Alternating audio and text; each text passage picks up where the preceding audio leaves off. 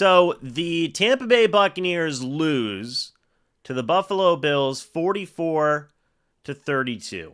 And what we just witnessed on the last play with 34 seconds left, I get it. The game's over. Okay? The game is over. But you just said we're not even going to have our starting quarterback go out there and kneel it down. We're going to throw the backup out there in Teddy Bridgewater. Is literally just what just happened. That's certainly something. I'll let everybody kind of give their thoughts and opinions on that a different day. But the Tampa Bay Buccaneers lose and fall to 6-4. The Tampa Bay Buccaneers lose, fall to 6-4. The Buffalo Bills move up to 7-3. Okay, let's go ahead and just talk about this game. A rough loss, okay? A rough loss that saw some ups and saw some downs as well.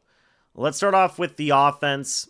Baker Mayfield, 16 of 28, 173 yards, 1 touchdown, 1 pick, sacked once in this game, 2 turnovers for Mayfield today, 2 turnovers. He threw the interception, which was a ball that was intended for Emeka Egbuka. He just completely underthrew it like nobody's business, and it ended up being intercepted. Okay, that was the first turnover. The second one came at the end of the day in garbage time.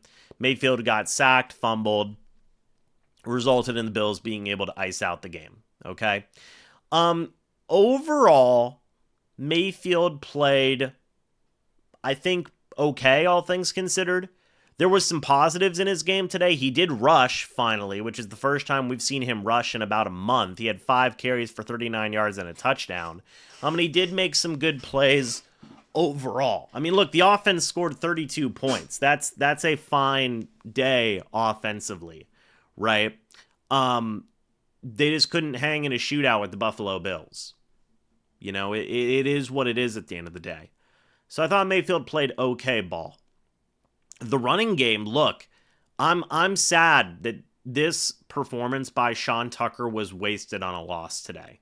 19 carries for 106 yards and 2 touchdowns. And then also, Sean Tucker had 2 catches for 34 yards and a touchdown as well. It is a shame that this rushing performance by this offense today was wasted on a loss. Because Rachaad White had 10 carries for 51 yards. As I said, Mayfield had 5 carries for 39 yards and a touchdown. And it was wasted in a loss today, which is unfortunate. It is. It's very unfortunate. Sterling Shepard was the best receiver today. 4 catches for 54 yards. He made a couple of nice plays. Egbuka had 5 catches for 40 yards, which is okay. They very much miss Godwin and Mike Evans. None of these other receivers are getting any type of separation. Sterling Shepard and Egbuka aren't even really getting a ton of separation, all things considered. And they're missing some playmakers on offense in that receiving room. They are. I thought the offensive line held up pretty well today overall. Really good day run blocking from this O-line, especially with Wirfs. With both your starting guards being missing as well, I thought the run blocking was great today. Really do believe that. Defensively, there were some guys who made some pretty good plays today. Tyke Smith is probably going to end up being the best graded defender coming out of this game. He had 5 total tackles today, 2 passes deflected, one of which was intercepted by SirVocea Dennis. The other one should have been intercepted by either Benjamin Morrison or by Levante David, but was not. He did get a bad angle on, I will say this though, Tyke Smith did take a bad angle on a screen pass by Ty Johnson that resulted in a touchdown for Buffalo. So that was what it was. But aside from that one play, I thought Tyke Smith played very well. SirVocea Dennis had a interception today, which is cool. I'm going to give him credit for that. Also, Jacob Parrish, I thought played a heck of a ball game today. Him or Tyke Smith will be probably 1 and 2 in terms of highest graded Bucs coming out of this game by PFF defensively. Aside from that, there really wasn't a whole heck of a lot to write home about. Benjamin Morrison looked pretty bad today in pass coverage. Chris Braswell looked lost and gave up on a couple of plays, I feel like, in this game. No sacks, one quarterback hit on Josh Allen today. Really, besides Jacob Parrish and Tyke Smith and a couple of the interceptions, that's where the positives end. Look, you had 2 takeaways and you still gave up 44 points to the Buffalo Bills in this game. Josh Allen had six total touchdowns in this football game today. 6 total touchdowns. And I get it. It's Josh Allen. He's literally one of the best players in the NFL. He is a leading candidate to be an MVP, right? I understand that, like, he's going to get his. He's going to perform well. But this defense could have certainly done more to make his life more miserable. The reason I say that is because, again, Josh Allen, 3 rushing touchdowns. We get it. But again, the Bucs struggled with giving up the big play. Tyrell Shavers had a 43-yard touchdown today. James Cook had a 25-yard touchdown today. Ty Johnson had a 52-yard touchdown today. Gabe Davis had a 22-yard catch. Dawson Knox had a 23-yard catch. Curtis Samuel had a 14-yard catch. Joshua Palmer had a 13-yard catch. This team, between this game and the last game, have struggled immensely in terms of giving up the big play on defense.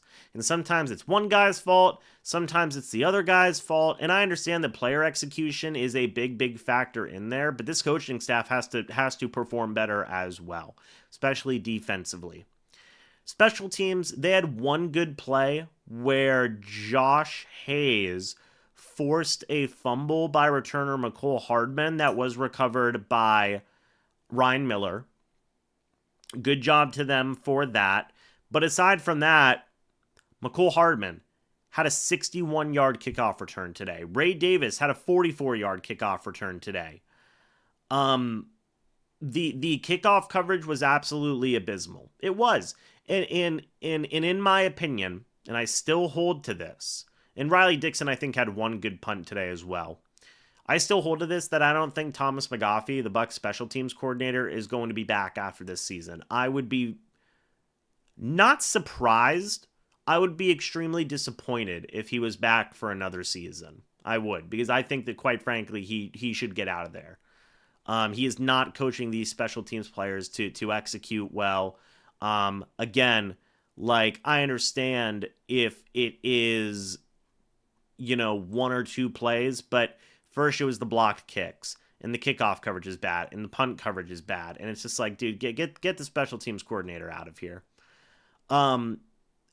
Look, whenever your offense scores 32 points, that should be enough to win most football games, but you're not going to win really any football games, if you're giving up 44 points. You're not. And it is what it is at the end of the day.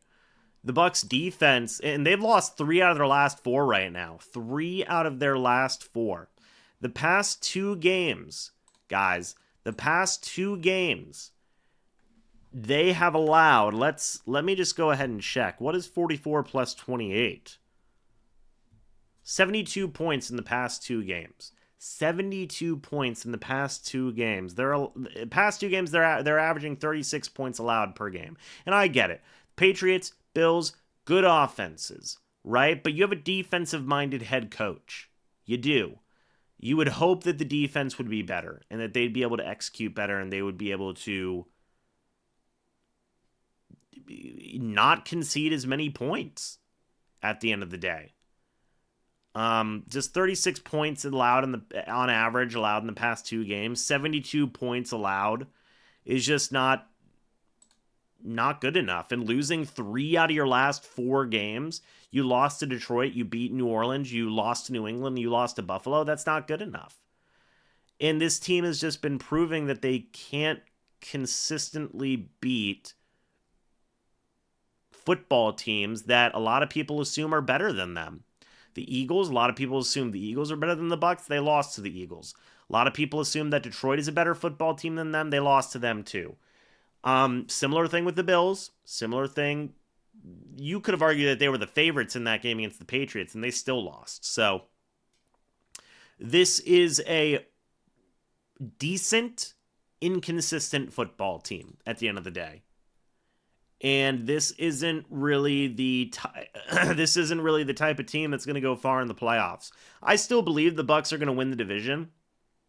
I do still believe that, and I think that with after this Rams game with the remaining schedule ahead, they might go 6-5, might drop to 6-5 against the Rams. We're going to wait and see on that, but and they may go out there and sweep the rest of their schedule, right? And get 6 straight wins, and then they finish, 12-5? Well, I don't even know if they're going to get 6 straight wins.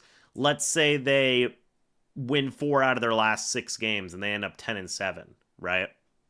This to me is just a football team that is not good enough, to be consistent and beat the great teams. We all thought that might have been the case earlier in the year whenever it's like, hey, great wins against Seattle and San Francisco, right? But you're losing to the top echelon teams in the NFC and in the AFC. What does that make you? Well, that makes you a above mid-tier team, a fine team that is not a great team. Todd Bowles literally said it last week. We're a good team. We're not a great team. I tend to agree with that. Like, yeah, they're a good team, and they can probably beat, more times than not, you can probably count on them to beat your Tennessee Titans, probably your New Orleans Saints, your lowest teams in the NFL, but they're not going to consistently beat or be in deep competition with the best teams in the NFL. And it is what it is. So the Bucs lose here. They fall to 6-4. We will wait and we'll see. We'll see what they can do going forward. One more thing before I go ahead and head out. Shout out to Sleeper, the proud sponsor of this channel. If you guys do use the code MrBucs, you will get a 100% match up to $100. Also, whenever you sign up, you get $20 for free. It is simple as that. Huge thank you to Sleeper for being the proud sponsor of this channel. Make sure you go download the Sleeper app today. Enjoy football the way it was meant to be. That is together. Huge shout out to Sleeper for being the proud sponsor of this channel. Guys, it's a rough loss, but we move forward, and they got the Rams next week. We'll have to wait and see how the Buccaneers respond, be it post-game. They should be pissed about this. Will it result in wins going down the line? Don't know. We're going to have to wait and see.